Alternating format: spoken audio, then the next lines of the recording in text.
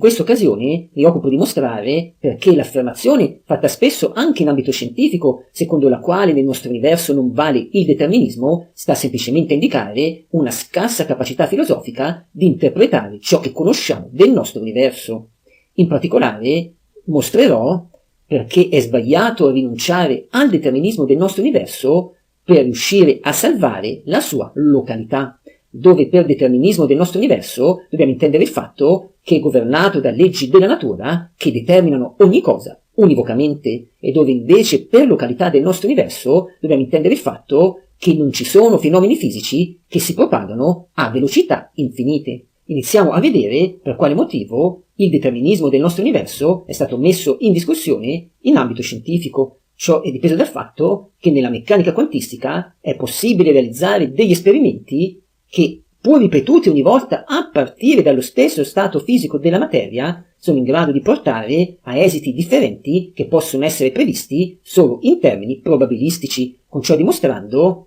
che tali esiti non sono determinati univocamente a partire dallo stato fisico della materia, o perlomeno è questo che dobbiamo concludere laddove consideriamo come ulteriore ipotesi filosofica quella secondo la quale la meccanica quantistica dà una descrizione completa dello stato fisico della materia. Ciò a significare che non ci sono delle proprietà fisiche che noi non conosciamo che sono responsabili di quegli esiti differenti e che li determinano univocamente. In realtà, come mostrerò in altri video, la corretta interpretazione che dobbiamo dare alla meccanica quantistica dal punto di vista filosofico è esattamente quella opposta, ossia quella secondo la quale la meccanica quantistica non è affatto una disciplina completa perché non ci fa conoscere tutto quello che riguarda lo stato fisico della materia. Pertanto ci sono realmente delle proprietà fisiche che noi non conosciamo che concorrono a determinare univocamente i differenti esiti dei suddetti esperimenti. Se questa posizione filosofica non ha però riscosso grande consenso è perché si è dimostrato che essa ha come sua conseguenza la perdita della località del nostro universo e dunque si è preferito preservare la località del nostro universo a scapito del suo determinismo. Peccato solo che una simile strategia non abbia alcun senso, visto e considerato che anche laddove abbracciassimo la posizione filosofica secondo la quale la meccanica quantistica è una disciplina completa, dovremmo comunque scontrarci con un universo che si dimostra non locale. Ma allora, se dobbiamo per forza perdere la località del nostro universo,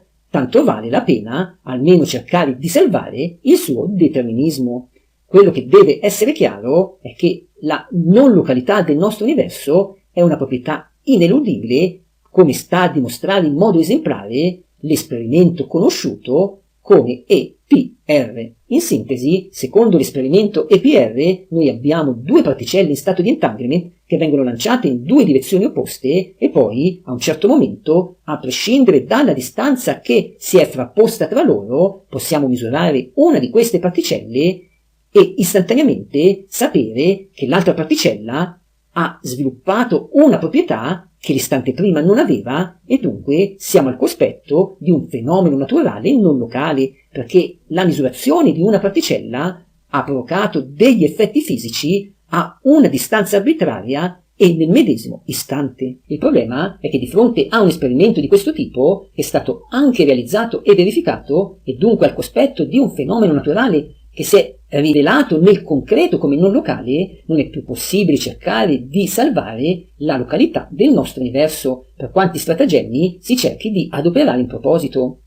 E questo è proprio il caso della posizione filosofica dominante con la quale si cerca di salvare la completezza della meccanica quantistica e che è conosciuta come interpretazione di Copenaghen. Ebbene, secondo l'interpretazione di Copenaghen, quando noi misuriamo una delle due particelle, quello che accade è che la funzione d'onda, che è la descrizione matematica attraverso la quale assegniamo i valori delle proprietà di quelle particelle, viene a collassare istantaneamente e collassando fa assumere alle due particelle delle proprietà che prima non avevano. Non vi è dunque un passaggio non locale tra una particella e l'altra, ma vi è un collasso di funzione d'onda che avviene e che però non salva affatto la località, perché non può essere considerato un jolly o qualcosa di astratto, ma se lo vogliamo considerare esistente deve essere un fenomeno fisico, ed è un fenomeno fisico che agendo contemporaneamente su due particelle distanti tra loro e dovendo attribuire loro delle proprietà che sono correlate, è esso stesso innegabilmente un fenomeno naturale non locale. Il discorso non cambia anche laddove volessimo abbracciare un'altra posizione filosofica che cerca di salvare la completezza della meccanica quantistica, quale è ad esempio la cosiddetta interpretazione a molti mondi. Secondo questa interpretazione, quando noi misuriamo una delle due particelle, quello che accade è che il nostro universo si moltiplica in vari rami,